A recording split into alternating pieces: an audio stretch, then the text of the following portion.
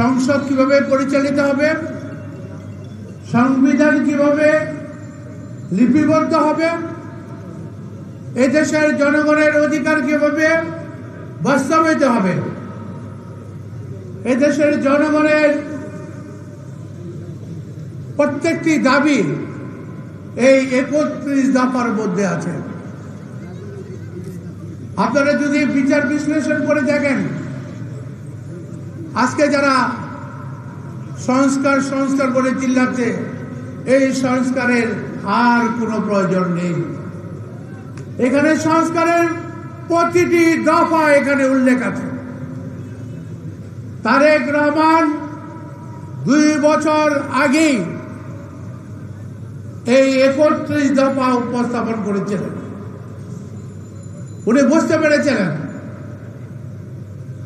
এই ভারতীয় গোষ্ঠী বেগম শেখ হাসিনার পতন হবে এবং বাংলাদেশে আবার জনগণের রাষ্ট্র কায়েম হবে ইনশাআল্লাহ। আমরা বিএনপি বাংলাদেশ জাতীয়তাবাদী দল তারেক রহমানের নির্দেশনায় আমরা আন্দোলন করেছি দীর্ঘদিন। এই আন্দোলনের মাধ্যমে একটা পর্যায়ে ছাত্র জনতার বিপ্লবের মাধ্যমে এই দেশে তারেক রহমানের দিক নির্দেশনা অনুযায়ী আমরা আন্দোলন করে এই ভারতীয় তাবেদার শেখ হাসিনাকে এই দেশ থেকে বিতাড়িত করেছি। এই শেখ হাসিনার পতনের পরে আজকে একটা জিনিস লক্ষ্য করুন আপনারা, আজকে এই শেখ হাসিনা বা সরকারের প্রধান যারা দায়িত্বে ছিলেন তারা বলেছিল আওয়ামী লীগের লক্ষ লক্ষ লোক মারা যাবে। একটি লোক কিন্তু মরে নেই, বলেছে কোথাও একটি লোক মারেনি।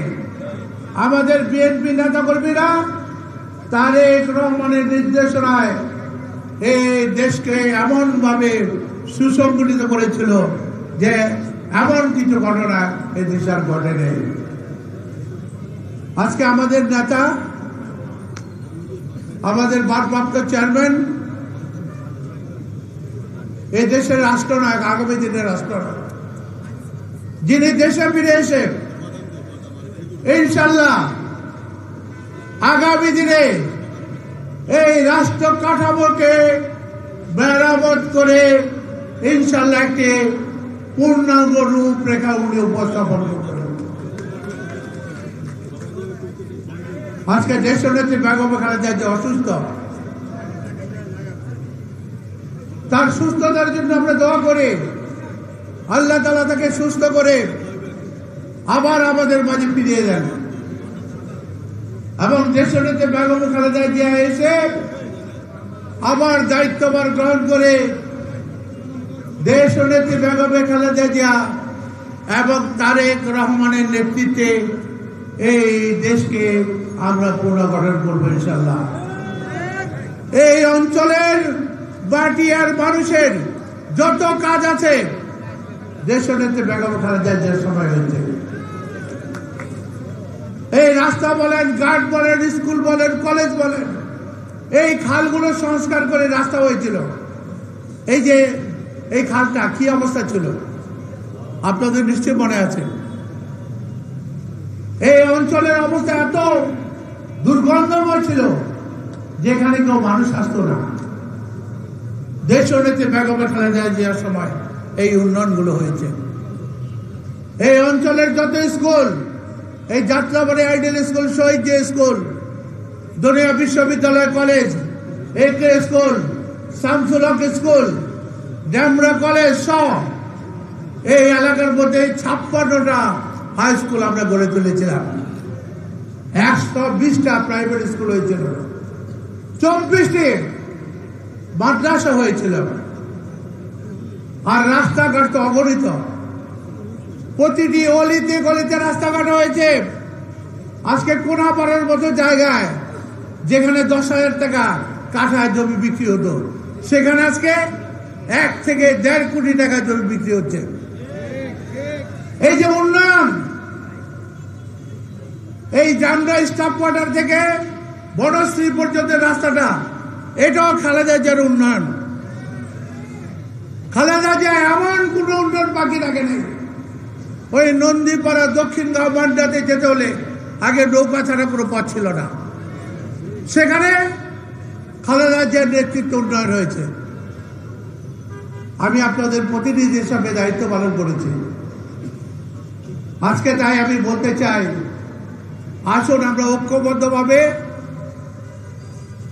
দেশকে গড়ে তুলে আমাদের নেতা, আমাদের প্রিয় নেতা, বাংলাদেশ জাতীয়তাবাদী দলের ভারপ্রাপ্ত চেয়ারম্যান তারেক রহমানের নেতৃত্বে আমরা ঐক্যবদ্ধ থেকে এই এলাকার মানুষের উন্নয়নে, তাদের সুখে দুঃখে তাদের পাশে থেকে কাজ করি। আমরা কোনো সন্ত্রাস, চাঁদাবাজ বরদাস্ত করব না।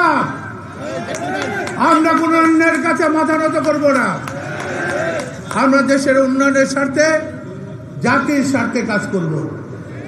আমাদের নেতা স্পষ্টভাবে ঘোষণা দিয়েছেন, কোন সন্ত্রাসী, চাঁদাবাজ যারা জায়গা অবমুক্ত করে, জায়গা দখল করে আজকে বিভিন্নভাবে প্রজেক্ট করছেন, তাদের কোনো ক্ষমা নেই।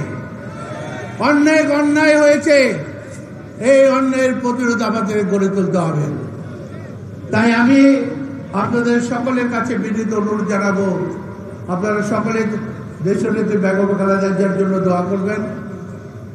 উনি যাতে খুব শীঘ্রই সুস্থ হয়ে আমাদের নেতা, আমাদের ভারপ্রাপ্ত চেয়ারম্যান তারেক রহমানকে নিয়ে দেশে ফিরে এসে এই রাষ্ট্রকে মেরামত করে সুন্দর একটি দেশ আমাদের মাঝে উপহার দেন। এই প্রত্যাশা রেখে আপনাদের সকলের মঙ্গল কামনা করে, সুস্থ জীবন, সুন্দর জীবন কামনা করে আমি আমার বক্তব্য এখানে শেষ করছি। আল্লাহ হাফেজ। বাংলাদেশ জিন্দাবাদ, বাংলাদেশ জাতীয়তাবাদী দল জিন্দাবাদ। শহীদ অমর বেগম খালেদা জিয়া জিন্দাবাদ। তারুণ্যের অহংকার আমাদের রাষ্ট্রনায়ক তারেক রহমান জিন্দাবাদ। এই এলাকার জনগণ জিন্দাবাদ। আসসালামু আলাইকুম।